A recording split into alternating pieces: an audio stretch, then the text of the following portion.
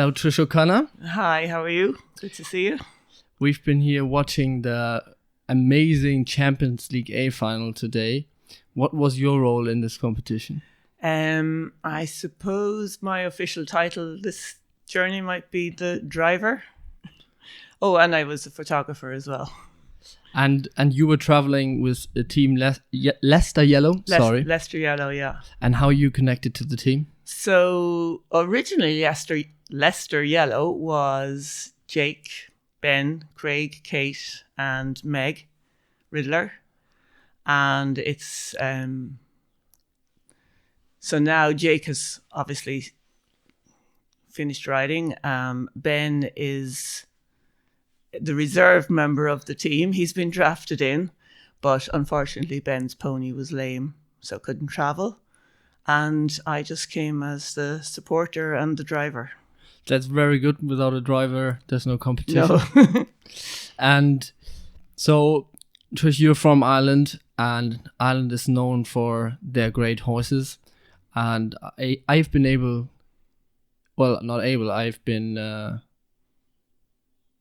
to Ireland a few times, and I've been competing against Irish riders a lot of the time. And what stood out to me was the horsemanship. Not so much on how the pony is moving with the head down and that they stop well, but more on the management of the horse. So it was always, all the places that I went in my career, I tried to pick up things and tried to find out what people did that made them better, and where I lacked ability or experience or expertise. And I always had the feeling that my horses wouldn't have the same physical performance than the top Irish ponies had. And you produced a lot of the Irish horses in your family and in your yard, a few world champions. Then there's a second O'Connor family, which is related through the dads. The dads, yeah. And they have also produced some excellent horses that where also the performance stood out. What do you think, or where do you think your training of horses and your expertise helped producing good games ponies? I suppose my background is in eventing and show jumping. So as a younger person, I did 3-day eventing, some show jumping, and I think I brought a lot of the training to games that I also used in eventing. So a lot of flat work, and a variety of disciplines, not just concentrating on games, but our ponies always did cross-country, show jumping, dressage. They competed in all the different disciplines. And the boys, when they were younger, would have been in the pony club. And in the pony club, you have the opportunity to try all the different disciplines.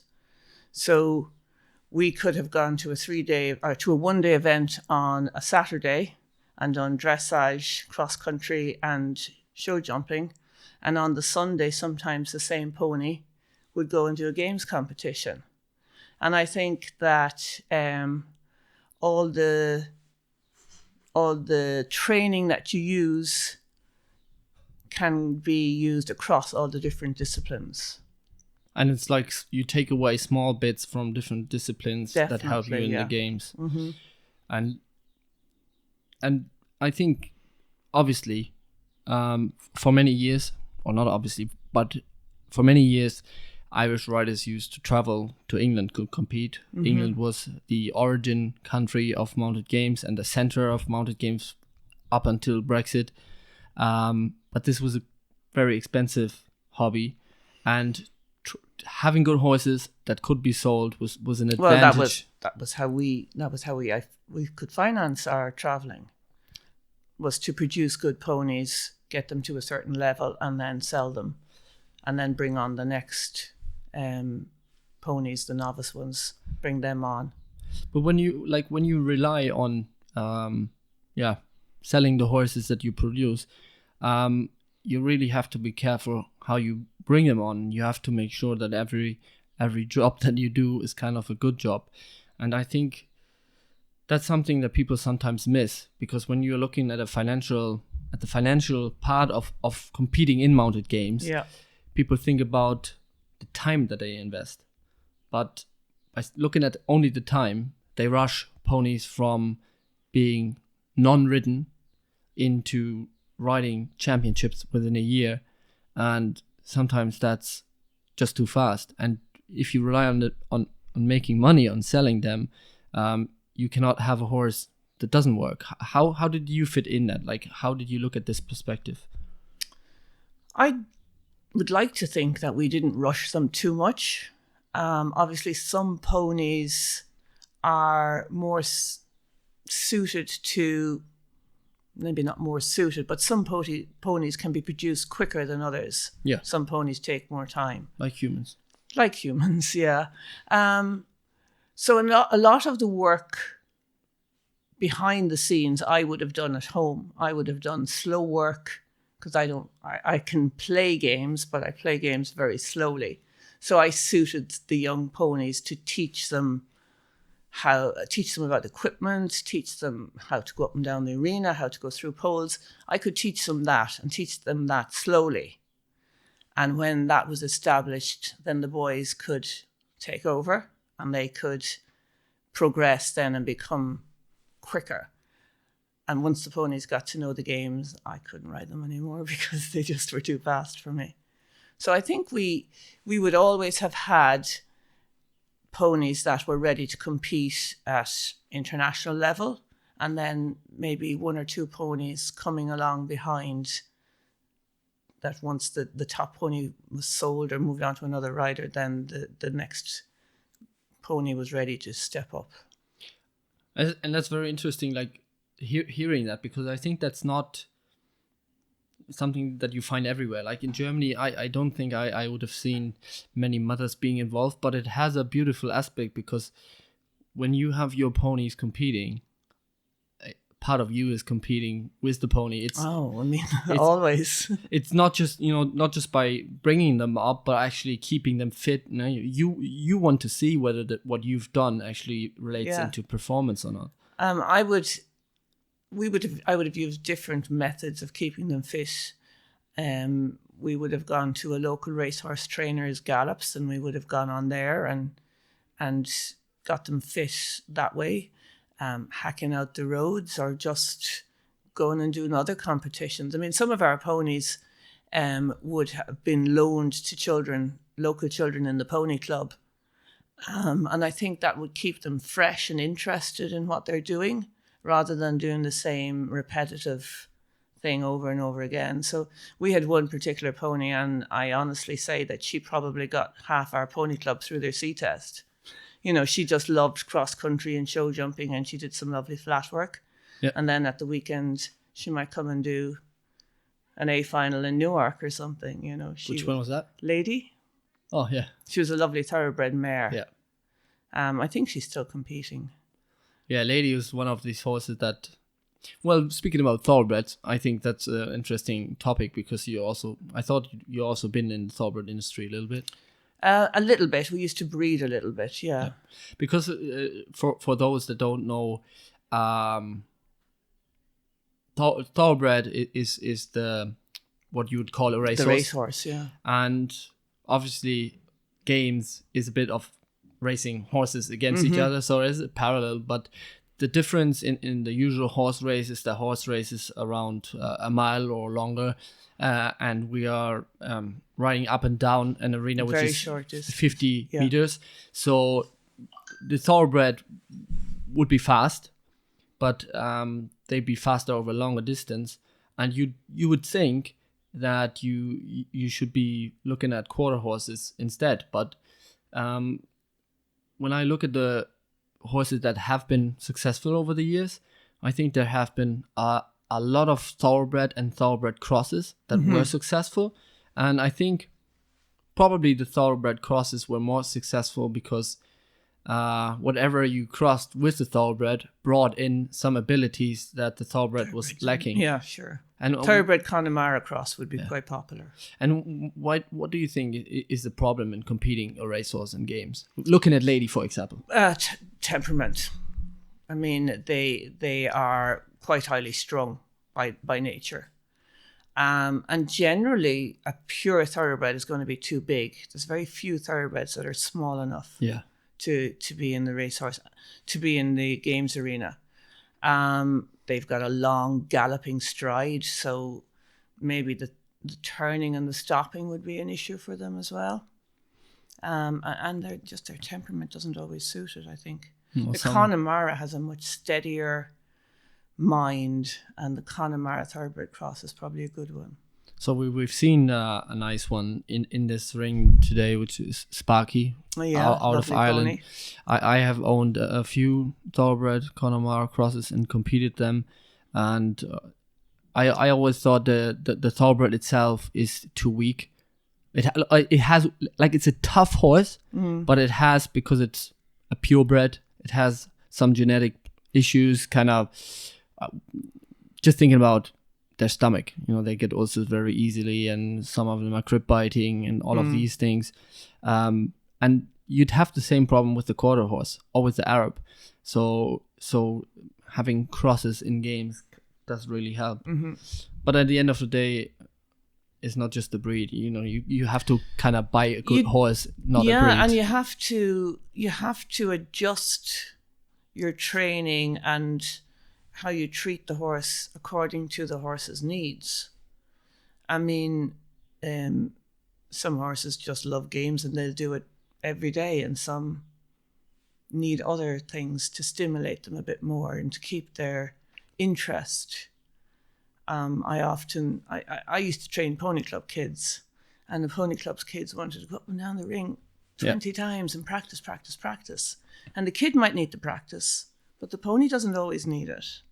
And that's a difficult balance to find, because obviously when you want to get better in games, you want to do games. And I think a lot of people that start riding, I think games and pony club really does get the interest of girls and boys. Boys are usually not into the horses as much, but at some stage you kind of need to learn, if I want to further improve my games, then I really need to learn about all the other aspects that it takes to be a great horseman. Yeah, and I think having more than one pony to ride, you can improve yourself, you can improve your own games without having to use the same pony over and over again. So if you have 2 or 3 ponies at different stages and different levels, then you have the opportunity to improve as you're training them as a rider. I was very much a one-horse rider growing up. I used to have, that one that I would ride in the riding school, because I never owned horses. It was always owned by the family and the riding school. And obviously I'd help riding them for the riding school, and then I'd be able to ride them in a competition. But for games, I always be riding one horse, and that stayed like this for quite a while until I won my first world championship. And quite close after that competition, 2 months after, my first grey, Vilja, she had an tendon injury, and I was like stuck, because that was my one horse. And then I said, okay, if I want to be successful, from then on I said, if I want to be successful, I cannot think about finding a good horse and competing on that good horse. I would have to think about the next one and the next one, and there should always be a next one there in case something happens. And I think that's the real difference with me and a lot of other riders, that they are not willing to put in that work. Because your success in your family, I don't know how many world championships that there are, but it's like 5, 6, 7. It comes from being a good team. Like, you teamed up to train the horses, to keep them fit, and by being a good team, you were able to kind of get all this work done. And my sister-in-law Fiona and I, we would chat over and back about what we're doing with horses, and she would have a different set of skills to me, and I would sometimes take her horse and work it on the flat.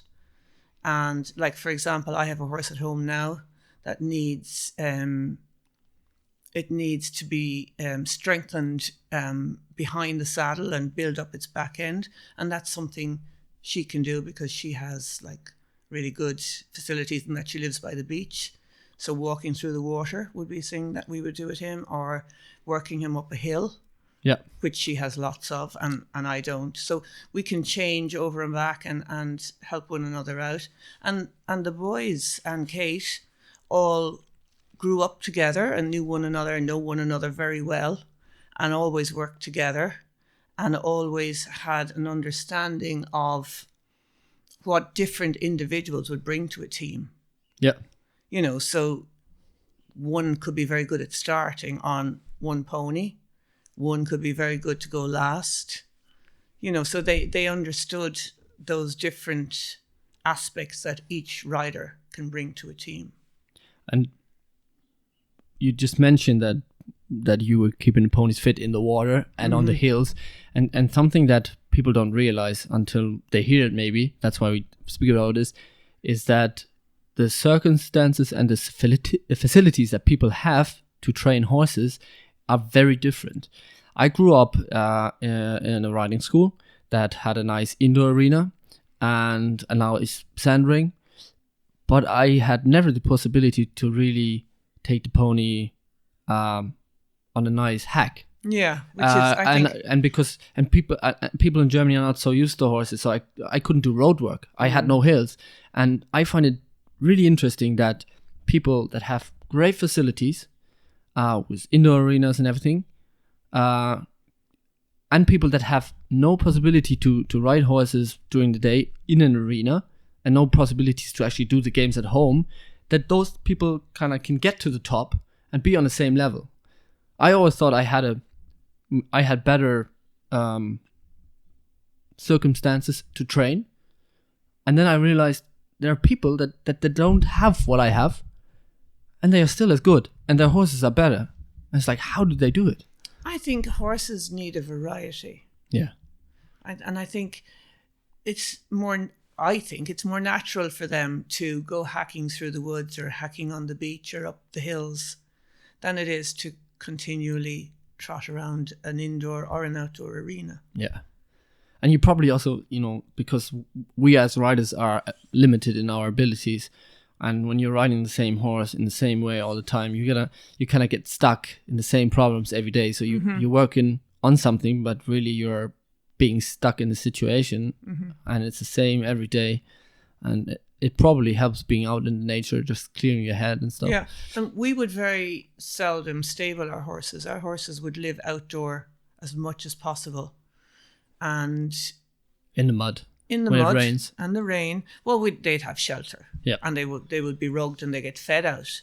But very Irish, German fields would be very different. Or German, Italian, and Irish fields would all be very different. And in Ireland, when it rains, it gets really muddy. And horses, ponies in particular, I don't think need lush grass, because if it's too rich, you have to restrict them because there's the possibility of overeating and becoming overweight, or laminitis, or colic even, if it's too much grass. So we wouldn't have huge lush meadows for them to graze in. They'd be just little paddocks, but they're outside in the elements. Yeah. And I think they're happier than being in stabled. Well, I grew up with the horses being in the stable during the winter, and then they would be outside during the summer.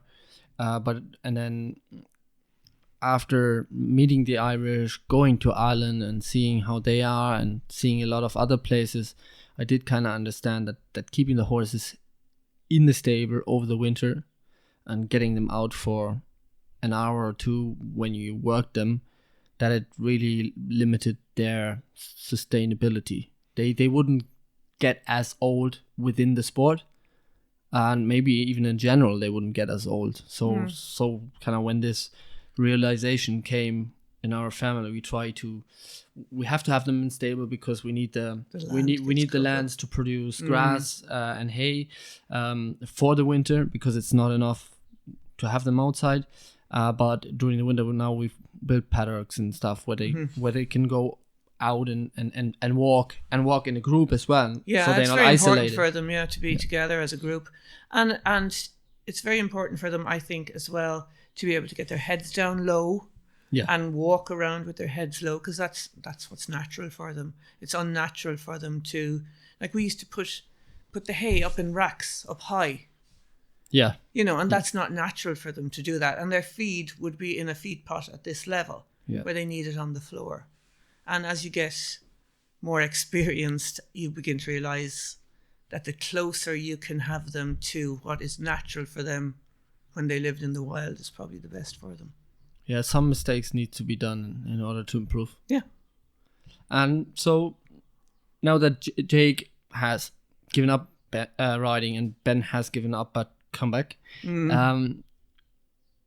like what's your future in the games? Like where do you see yourself? Because obviously they are kind of retired, but you're still enjoying being here. I love being here. I love the social aspect of mounted games. I've met some very good friends through mounted games. I have friends all over the world. My future, I thought I had bought my last pony when we bought Nuno. And then last year, Livy came over, and she and I went to look at 2 ponies. One of them was a pony that was very closely related to April, which is Sadie's pony. And the man on the farm showed us these 2 lovely ponies. Sadie and Livy bought one, and I ended up buying the other. So now I have a novice pony starting all over again. Yes. And luckily, Peter McCarthy lives close by, so he's been riding him for me. And he's coming along nicely. I don't think I'll buy any more after this one, but never say never. Well, usually at some stage there should be grandkids coming. Yeah. There's no sign of them yet. Well, maybe we should teach the kids something. Maybe I could adopt a few. Trish, thank you very much for coming on the Mounted Game Studio podcast. And thank you for being so involved in the games. It takes the volunteers and the people that love the sport to bring the sport forward and keep it running. And that's very much appreciated. Thank you. Thank you.